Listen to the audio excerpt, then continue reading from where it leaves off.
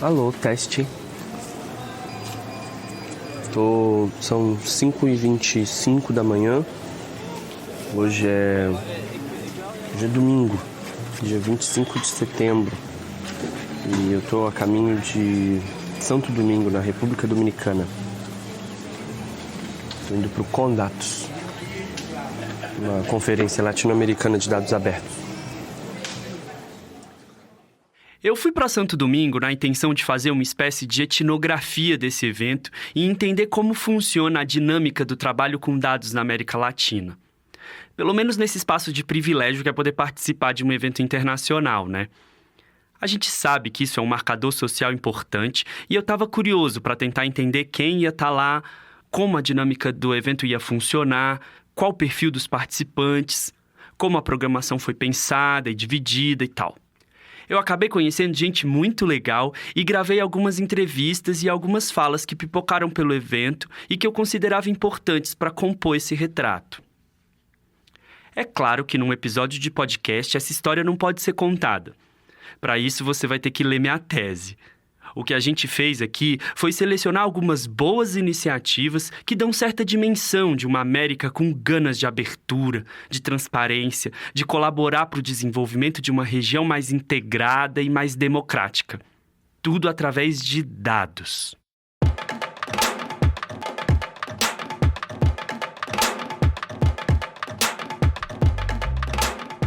Esse é o Ningún Lunes Sem Pensar, um espaço de debate organizado no programa de pós-graduação em gestão urbana da PUC-Paraná. Nessa temporada, a gente conversa com ativistas latino-americanos que trabalham com dados para transformar as cidades e seus territórios em lugares mais justos. Eu sou o Gilberto e esse é o episódio 4, América Abierta.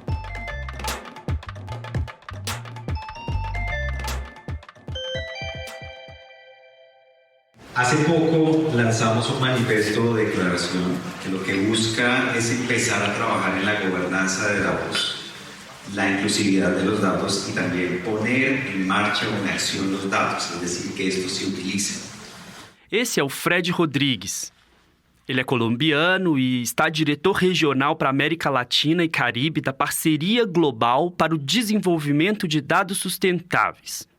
Essa instituição tem mobilizado centenas de ONGs pelo mundo com interface direta com a Organização das Nações Unidas para monitorar e implementar os Objetivos do Desenvolvimento Sustentável através de dados. Y parte de ese proceso se dio con una serie de consultas. A lo largo de un año y medio, desde el año pasado, estuvimos trabajando con más de 350 organizaciones y personas que vienen consultando o desarrollando datos específicamente en diferentes sectores, la academia, la sociedad civil, el sector privado, incluso oficinas de estadística también, que fuertemente hacen un levantamiento de información desde los diferentes sectores. Depois dessa escuta, eles lançaram um manifesto que tem servido de guia para muitos ativistas e governos que desejam trabalhar com dados de forma mais transparente e justa. O manifesto faz parte de 5 elementos centrais. El primer punto es apoyar a las personas para que den forma los datos, es decir, cómo se ven reflejados en los datos, cómo podemos tomar a esas personas que están en las comunidades, en aquellos temas que todavía no son tan reflejados, que no tienen datos desagregados, que no tienen la representatividad de las personas, que se vean como parte de la estadística oficial o de los datos que se generan a nivel nacional o incluso global. El otro elemento es invertir en la participación pública de rendición de cuentas. Aquí estamos hablando de gobierno abierto, estamos hablando de datos abiertos, pero cómo hacer ese ejercicio consultivo de qué es lo que debe liberarse, cómo se debe liberar en términos de información y de datos. El tercer punto tiene que ver con la democratización en términos de capacidades de datos. No queremos que todo el mundo esté siendo experto en Python, en R, mucho menos, pero sí que sepan interpretar los datos. Si estamos incluyendo información o datos de comunidades y ellos no entienden cómo esos datos están representando sus necesidades, difícilmente van a tener credibilidad esos datos. El cuarto elemento tiene que ver con la creación de transparencia e intercambio de datos. Y por último, que lo destaco mucho, y lo sufren cualquier institución o incluso a nivel individual los ciudadanos, el levantamiento de información requiere recursos. O desafio do Fred e da equipe dele é fazer com que essas 5 mensagens cheguem em debates políticos locais e regionais. Que chegue nas comunidades dateiras, que são essas dos cientistas de dados que estão na academia e, mais importante, que essas mensagens cheguem também na sociedade organizada em torno da luta por direitos civis. Queremos tener líderes que hagan incidencia sobre estos 5 mensajes, que no son desconocidos para muchos de los que estamos acá. Tampoco es que sean nuevos totalmente, pero sí es una campaña específicamente en 5 puntos claves que hablen sobre tener valores de datos mucho más inclusivos. Para acessar o manifesto e saber mais sobre o projeto do Fred, vai em data 4, o número mesmo, sdgs.org ou dataforsdgs.org.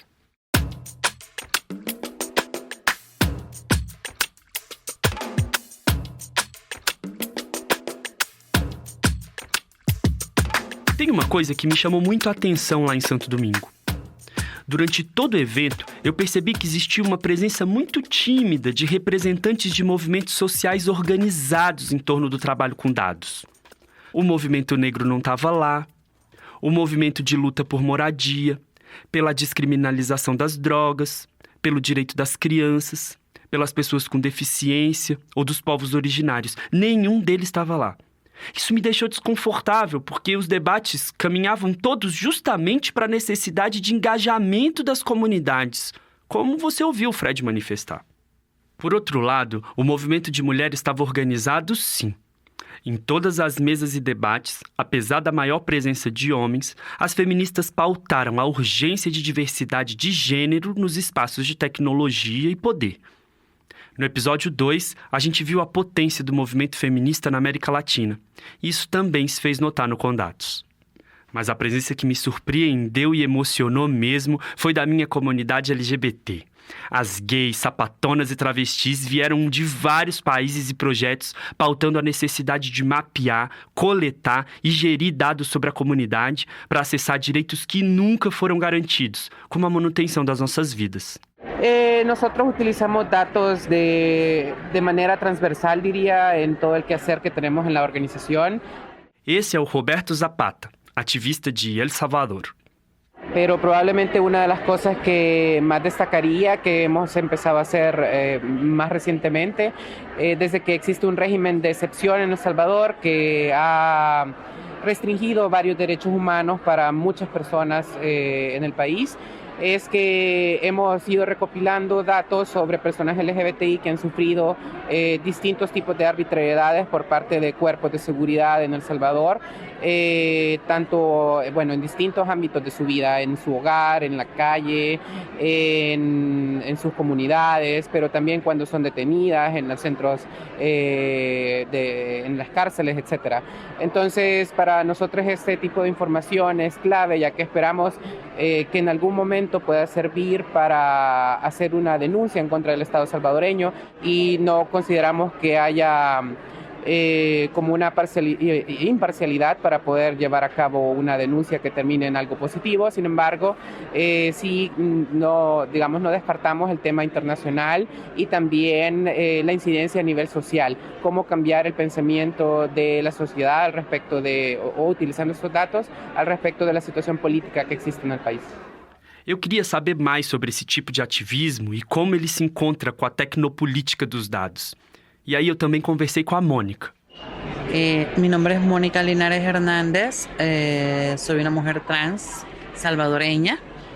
Ela trabalha com dados sobre violência contra mulheres trans desde 1997. Sim, ela é uma das fundadoras da Associação Salvadoreña para Impulsionar o Desarrollo Humano, e nesses anos todos de luta, ela entendeu um ponto importante sobre a comunidade.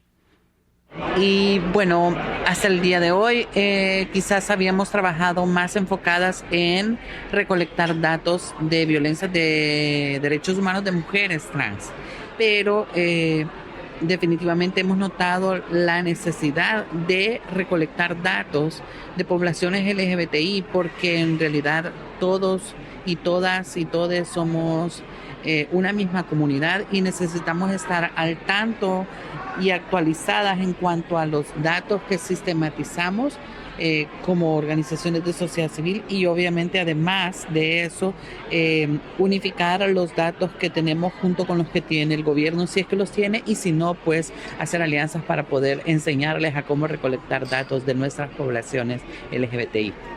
Desde 97, a Mônica e o seu bonde vem coletando denúncias e casos de assassinatos de pessoas da comunidade através de uma metodologia que a gente chama de geração cidadã de dados.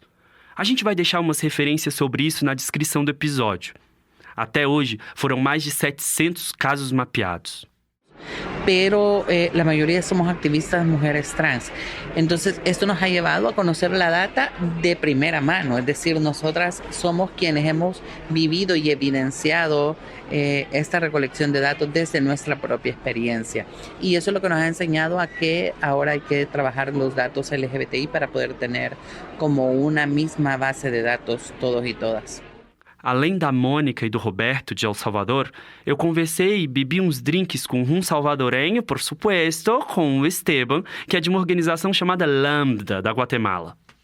Entonces, con ellos lo que trabajamos es monitorear, bueno, también el Ministerio de Salud, buscamos monitorear cómo es la situación en las entidades, cómo se atiende a las personas LGBTIQ+, qué datos o cifras oficiales hay sobre denuncias, cómo registran los casos, digamos, los homicidios que nosotros registramos desde la sociedad civil, cómo los identifican ellos, cuál es la desagregación de datos que realizan, y obviamente, lamentablemente hay que decirlo también, las instituciones públicas no cuentan con bases de datos que tengan categorías o campos que registren a las personas LGBTIQ+, porque habíamos muchas.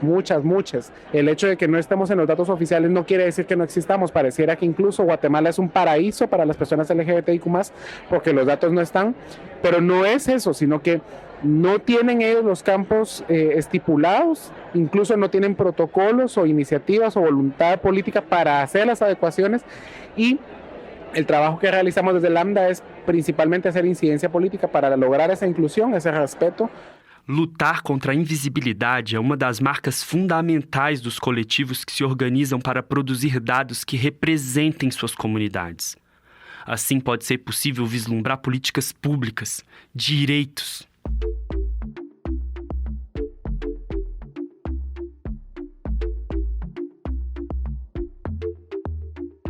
Uma coisa que a gente tem insistido nessa temporada e que é fundamental para problematizar o ativismo de dados nas cidades é que as decisões sobre o que deve ou não ser feito como política urbana também passa pela análise, coleta e transparência de dados.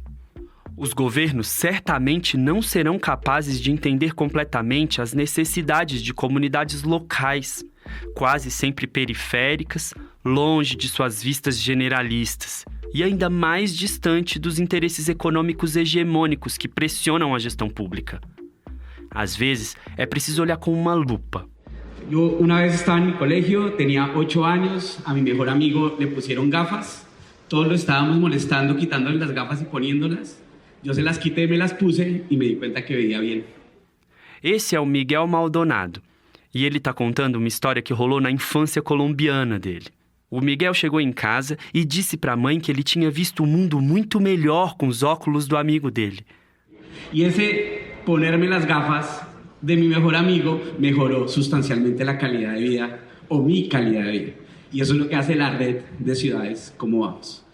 A rede Ciudades Como Vamos coleta dados administrativos e também sobre a percepção dos cidadãos, para que, com base nesses dados, possam existir conversas que transformem a realidade e a qualidade de vida das pessoas que vivem em pelo menos 22 cidades da Colômbia. Pero también recogiendo año a año a través de encuestas de percepción lo que siente la gente y los dolores de la gente permiten realmente tomar decisiones reales sobre la vida de las personas y transformar desde la cotidianidad esas realidades. Hay un elemento que para nosotros es fundamental y esa es la primera lección que hemos aprendido. Lo que la gente piensa importa. e importa mucho. Eso explica por qué, por ejemplo, según la última encuesta de percepción ciudadana que hicimos, 30% de las personas que no se vacunaban por el COVID señalaban que era porque tenían miedo de los efectos secundarios.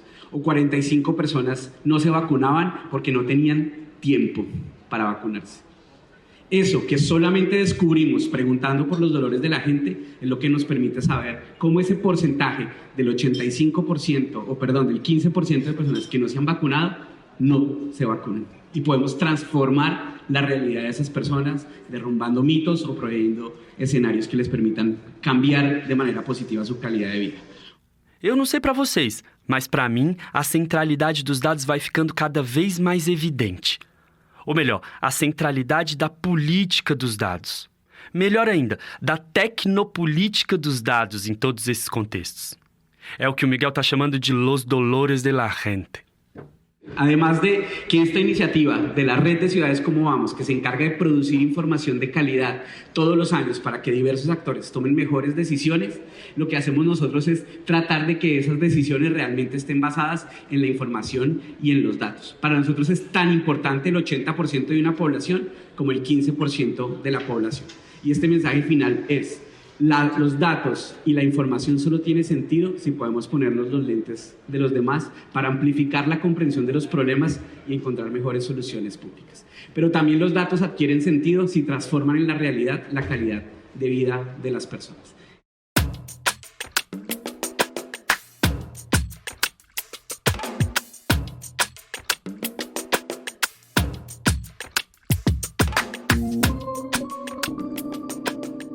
É claro que eu senti falta de gente falando de favelas, dos territórios de exceção das grandes cidades do sul e centro-americanas, cuja representatividade eu não vi nesse evento. E aí eu consegui bater um papo com a Anita Duttari, diretora da Associação Civil por la Igualdad y la Justicia de Argentina. O foco do trabalho da Anita está nas vilas argentinas, que são o mesmo que as favelas brasileiras ou as comunas da Colômbia. A gente conversou durante um tempinho numa fila para pegar o almoço no bandejão. Y durante los últimos 6 años estuvimos trabajando en las 4 villas que tienen procesos de reurbanización. Okay. Es decir, el gobierno hace 7 años anunció que iba a invertir dinero para mejorar la calidad de las viviendas y acceso a servicios públicos de determinadas villas. ¿Está más cerca del centro o nada de...? Está al lado de Retiro, que es el barrio más caro de la ciudad de Buenos Aires. Por ejemplo, la Villa 31. Claro. Son muchas islas. ¿Hay datos sobre eso, como porcentaje de población que vive en villas? El 10% de la población 10%. de la ciudad de Buenos Aires vive en villas o asentamientos. Ok, en Río son 20. Y lo que es interesante es que la única población que crece en la ciudad de Buenos Aires es la que vive en villas. Y no crece la población que vive en lo que llamamos resto de la ciudad, Sí, o la ¿qué ciudad cosa? formal. ¿Qué cosa? Y el año pasado empezamos a monitorear cómo venían las obras de infraestructura en la Villa 31 a partir de en un proyecto con OCP de datos abiertos del gobierno de la ciudad, y lo contrastamos con las impresiones, con las encuestas a vecinos y vecinas para preguntarles, ok, invirtieron miles de millones de dólares o miles de millones de pesos, ¿cómo esto cambió tu vida? Y lo curioso fue que la mayoría de las personas que encuestamos respondieron que no cambió su vida en absoluto, la calidad de vida no cambió en absoluto. Pero hay transformaciones oficiales como estructurales en la... Eso es lo como que se calles, saneamiento, escuelas. Se supone que iban a conectar a estas poblaciones a la red de agua pública, por ejemplo, y siguen sin tener agua pública después de 6 años e inversiones multimillonarias de préstamos del Banco Interamericano de Desarrollo, por ejemplo.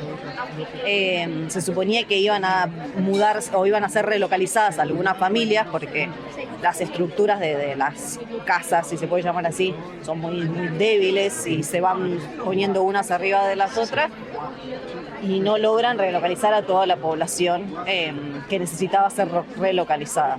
Y básicamente se habla de como una limpieza de cara, ponerle nombres a algunas calles y la pintura de algunas fachadas. Wow. Y nada más. Sí, y hay organizaciones locales ahí dentro de las villas que están trabajando con eso, que están haciendo como resistencia a eso, o alguna narrativa que se opone a eso, así como organizaciones como Dazalar, por ejemplo, que está dentro de la favela, con personas ahí territorializadas y haciendo algo. Bueno, a las villas también le pasó la pandemia y a diferencia de lo que pasó en el resto de la ciudad, las personas se siguieron movilizando porque si vos vivís adentro de una villa y no te movilizás, no vas a acceder a derechos básicos. Por ejemplo, había una situación en la cual nos decían lávense las manos constantemente porque el COVID se transmite a través de las manos. La gente no tenía agua, entonces era como, ¿cómo querés que me lave las manos? Es como Brasil. Pero a su vez el contacto entre organizaciones más formales y organizaciones más populares de habitantes de villas se quebró de alguna manera porque era un contacto muy personal que estamos recuperando. Y de hecho toda esta información que publicamos en un informe se la compartimos, o sea, hicimos mesas de trabajo con vecinos y vecinas de la villa y estaban totalmente fascinados y fascinadas con la información de la obra pública que publica el gobierno local y la diferencia y el abismo en relación a cómo no les había cambiado la vida a esas personas. Claro, me gustaría mucho como poder estas dos publicaciones, compararlas como cuando escuchaba personas, cuando escuchaba la población y lo que los gobiernos están haciendo. Totalmente, es increíble. Y a partir de este informe que hicimos, el gobierno decidió abrir una oficina de monitoreo de los procesos de urbanización que no existía. O sea, habían invertido una cantidad de plata gigante y no habían monitoreado cómo se estaban dando esos procesos. Más allá de que están obligados, y a partir de un fuerte trabajo de ASIG, a involucrar a las comunidades en la toma de decisión de las políticas públicas, formalmente están obligados por ley, y lo sientan a la mesa, sin embargo el diálogo no es fluido, no es real. Y bueno, esto es lo que pasa con las obras que el gobierno decide hacer y que no necesariamente responde a las necesidades de los vecinos y las vecinas. Minha questão é justamente essa. Como engajar as pessoas que importam? Eu acho que eu tenho a resposta e ela passa pelo reconhecimento de que as pessoas que vivem nos territórios populares só precisam de oportunidades reais de participação real nos espaços de decisão. Só que para isso é preciso abdicar de alguns privilégios e espaços de poder. Quem está pronto? Se uma coisa ficou evidente nesse evento é que os dados são mesmo centrais para que as democracias melhorem. A dimensão territorial do debate, apesar de marginal nos discursos, é para mim o centro da questão, porque envolve as pessoas, as suas identidades, suas vidas cotidianas. É o lugar de ação e reconhecimento do poder, do direito de viver plenamente. Conhecer esse ambiente de debate foi ótimo para a gente perceber como essa construção tecnopolítica do ativismo, dos dados corporificados, racializados e territorializados, passa por uma diversidade de dimensões de compreensão do que esses dados possam ser e de ações que possam envolver várias camadas de apropriação desses dados. Pelo Estado, pelas forças econômicas hegemônicas, pela mídia, pelos técnicos da informática e da computação, os movimentos sociais e, claro, pelas comunidades periféricas.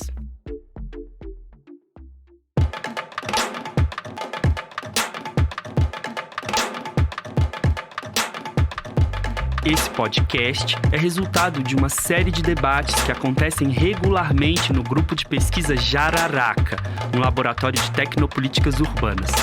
Você pode saber mais em jararacalab.org. Os créditos estão na descrição do episódio. Um beijo e até segunda!